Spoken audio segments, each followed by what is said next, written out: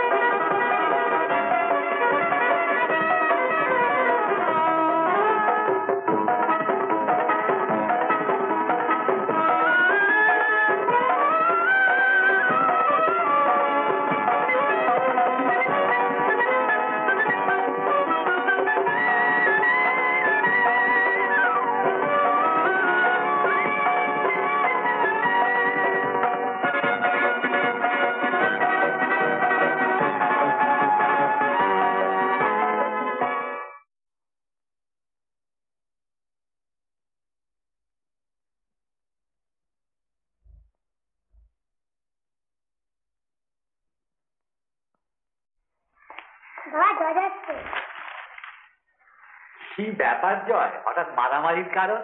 কাকাবাবু, ওই বটলার দল অন্যায়ভাবে সরস্বতী পুজোর নামে চাঁদা তুলে বেড়াচ্ছে। তা তোমাদের এত আক্রোশ কেন? বাহ, পুজোর নামে চাঁদা তুলে ফুর্তি করে বেড়াবে? হ্যাঁ, অথচ গতবারের পুজোর কোনো হিসেব দিয়েছে? তাই এবার আমরা ঠিক করেছি আমাদের সঙ্গে এবার পুজো। খুব ভালো কথা। তা আমায় কি করতে হবে? কাকাবাবু, আমরা এবার ঠিক করেছি আমাদের সরস্বতী পুজো কমিটির আপনাকে প্রেসিডেন্ট হবে। আরে তোর বাবা থাকতে আবার আমায় কেন? না কাকাবাবু, আপনাকে মা ডাকছেন। আচ্ছা বেঁচে থাক বাবা। হ্যাঁ রে, আর আবার ঝগড়া মারামারি করছিলি? ওটা লাগেনি তো? না কাকিমা, কিন্তু বটলাদের উপদ্রব পাড়ায় যতদিন চলবে ততদিন তো শান্তি কিছুতেই আসবে না। আচ্ছা, তোর কি একটু ভয় কাজ নেই রে? মাঝে মাঝে বারণ করেন না? বারণ করলেই বা শুনছে কি? এই তো সেদিন পাড়ায় এত লোক ছিল, কিন্তু তোমার বাপিকে বাঁচালো কে?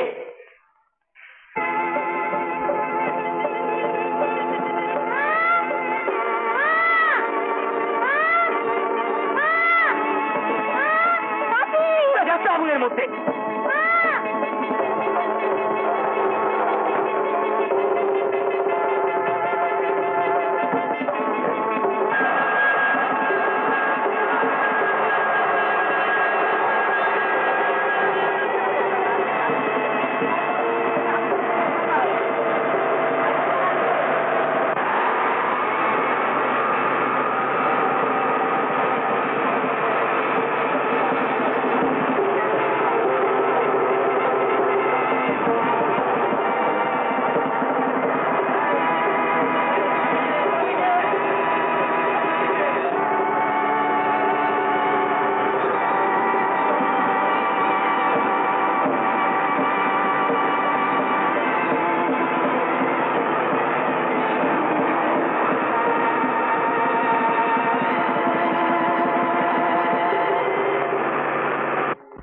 সব সময় ওর জন্য আমার ভয় হয়, কখন যে কি করে বসে।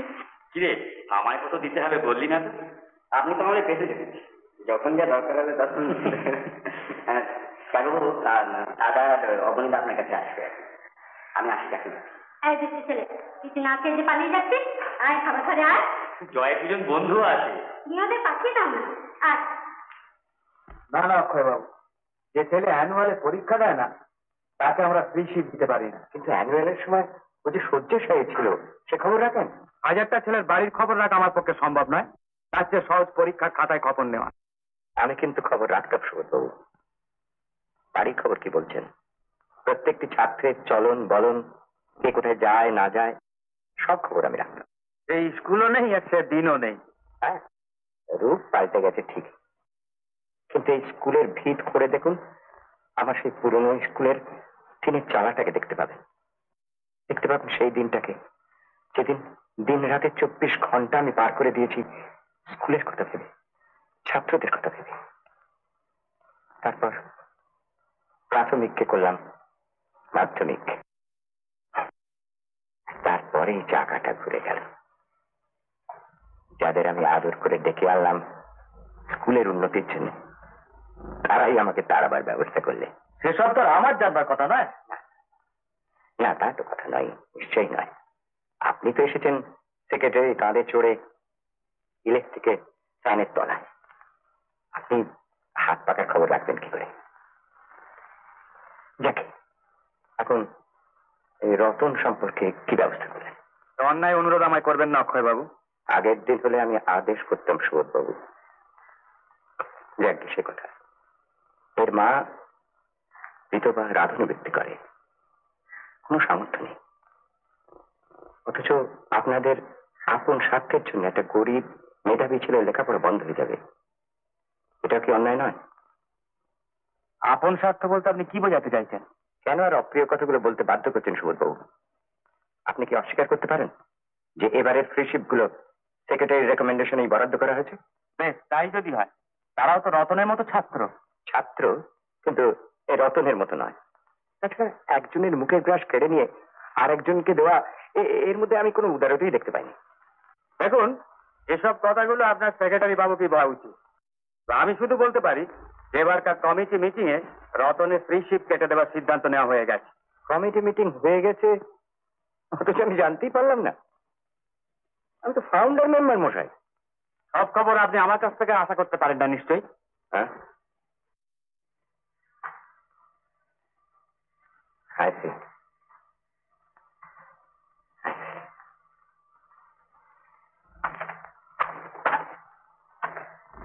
তাহলে তাহলে ছবিটা ওটা রেখে রেখেছেন কেন? টেনে ফেলেছেন, সব লেখা চুকে যাক। সুবোধবাবু, আমি এটাকে একটা আদর্শ শিক্ষা প্রতিষ্ঠান করতে চেয়েছিলাম, দুর্নীতির আঁকড়া নয়। খুব তো আদর্শের বড় বড় কথা বলছেন।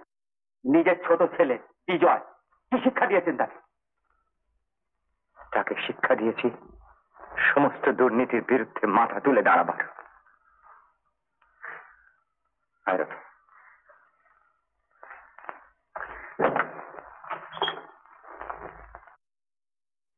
কটা টাকাই বা লাগবে? তুই পারবি না বাবা রতনের ভার নিতে? তুমি যখন বলছো বাবা, আমাকে তো পারতেই হবে। তুই জানিস, আমিও ছেলেবেলায় অপরের দয়ে মানুষ হয়েছিলাম। তখন প্রতিজ্ঞা করেছিলাম যতদিন পারবো অপরের ছেলেকে মানুষ করবো। যতদিন সামর্থ্য ছিল করেছি, কিন্তু এখন তো। তা পরের উপর যাকে নির্ভর করতে হয় তার ওরকম কথা দেওয়াই বা কেন? সঞ্জয়কে আমার পর করে দিল বৌমা।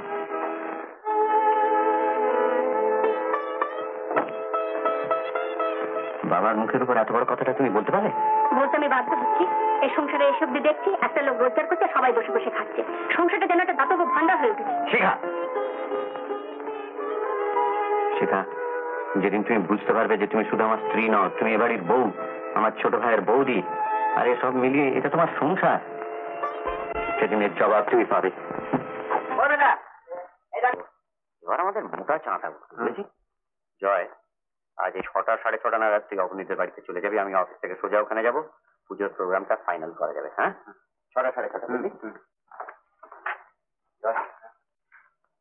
এর মধ্যে আবার কারোর সঙ্গে মারামারি টারামারি করিস না, বুঝলি? না।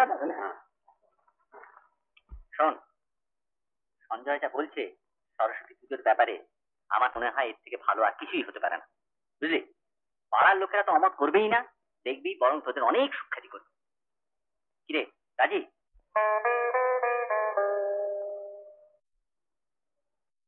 কি হয়েছে বল, তাহলে কি হবে? দাদা বলছে, অবনীদা বলছে, ওদের থেকে আমরা বেশি বুঝি নাকি? ঠিকই তো, চ। আরে কোথায় চললি? বস, ডাকে যাবি। এই জয়, তুমি দাদা ওদের কি সেটাই আছে নাকি? কেন? হুট করে মাথা রক্ত তুলে হট করে কাছে মেরে দিল। তাই তো, তখন তোমাদের কোথায় পাবো শুনি? হ্যাঁ মশাই, ওরা সব কাজকর্ম ছেড়ে দিয়ে তোমাদের সঙ্গে মিশে আর গুন্ডার সংখ্যা বাড়া কাটবে। খবরদার মিরাদি, ও গুন্ডা ফুন্ডা বলবে না বলে দিচ্ছি। বাড়িতে বৌদিও বলে, আর এখানে তুমিও শুরু করেছো। সে আমরা কি লোকের পকেট কাটি না ছিনতাই করি? ভাই আমার অন্যায় হয়ে গেছে, খুব অন্যায় হয়ে গেছে। তোমরা ভালো ছেলে, খুব সাধু ছেলে, দয়া করে একটু বসান, তোমাদের চা নিয়ে আসি। না না না না না, শুধু চা খাওয়ালে হবে না। তুমি যদি সত্যি ওদের ক্ষোভ দূর করতে চাও, তাহলে ওদের কথা দিতে হবে যে ওদের ফাংশনে তুমি অন্তত 2 ঘন্টা গান গেয়ে শোনাবে। আচ্ছা ঠিক আছে, শোনাবো। জয় মিরাদি কি জয়।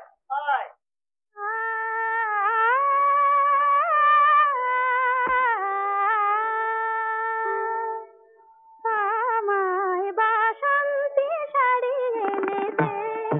এনে দে, বাসন্তী শাড়ি এনে দে, বসন্ত বুঝি এসেছে, বসন্ত বুঝি এসেছে, কুঞ্জে কুঞ্জে সই রঙ্গে ভঙ্গে, ওই কুঞ্জে কুঞ্জে সই রঙ্গে ভঙ্গে, ওই আকাশে চম্পা এসেছে, আমায় বাসন্তী শাড়ি এনে দে।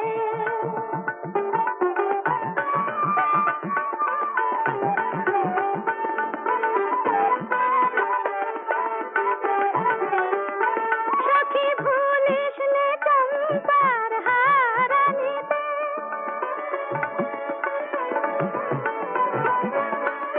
সখী ভুলিস নে চম্পার হারানিতে, আমি জড়াবো দোল বেনিতে, আজ বুঝি আমাকে, আজ বুঝি আমাকে কোন প্রীতম ডাকে, বুঝি আমাকে কোন প্রীতম ডাকে, খুশির পাখায় মন ভেসেছে, আমায় বাসন্তী শাড়ি এনে দে।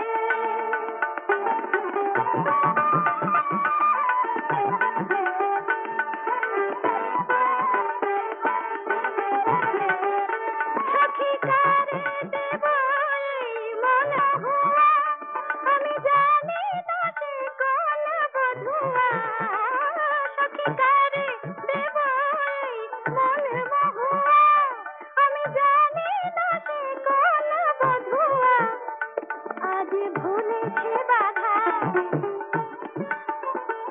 আজ ভুলেছে বাধা মোর প্রাণ রাধা, ভুলেছে বাধা মোর প্রাণ রাধা, কমল বনের পথে চলেছে, আমায় বাসন্তী শাড়ি এনে দে, বাসন্তী শাড়ি এনে দে।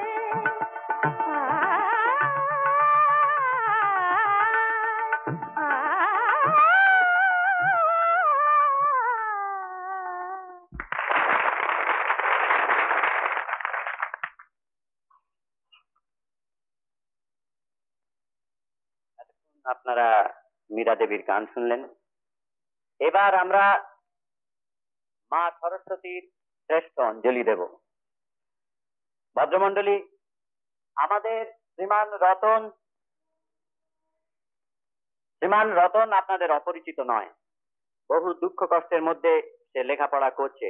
ফ্রি স্টুডেন্টশিপ পেয়ে সে এতদিন লেখাপড়া করতো, আর 2 বছর পর হায়ার সেকেন্ডারি পরীক্ষা দেবে, কিন্তু এখন থেকে ওকে মাইনে দিয়ে লেখাপড়া করতে হবে। তাই আমাদের সংঘ স্থির করেছে যে পূজার সংগৃহীত অর্থ থেকে তাকে এককালীন 500 টাকা দেওয়া হবে, যাতে সে লেখাপড়া চালিয়ে যেতে পারে। যেখানে বিদ্যার আরাধনা, সেখানেই সরস্বতীর সার্থক পূজা। তাই আমি আমাদের সংঘের সভাপতি শ্রদ্ধেয় প্রকাশ চন্দ্র বসুকে অনুরোধ করব, তিনি নিজের হাতে শ্রীমান রতনকে টাকাটা দেবেন। আশীর্বাদ করি তোমার সাধনা সার্থক হোক।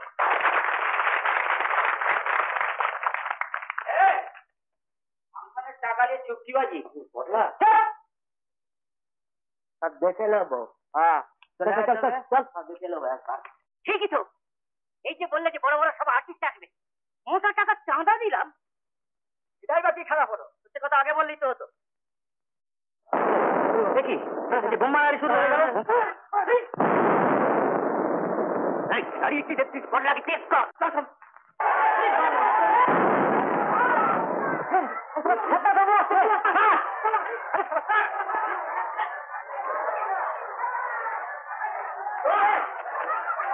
উঠেছে।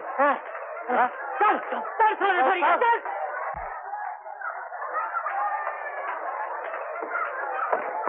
বাবা আমি তোকে বাড়ি। না না না, আমার জন্য ভাবিস না, রতনকে দেখ, রতনকে দাদা নিয়ে গেছে। বাবা আমি তো কোনো অন্যায় করেছি? অন্যায়? তুই আমার মুখ উজ্জ্বল করেছিস বাবা, তুই আমার মুখ উজ্জ্বল করেছিস।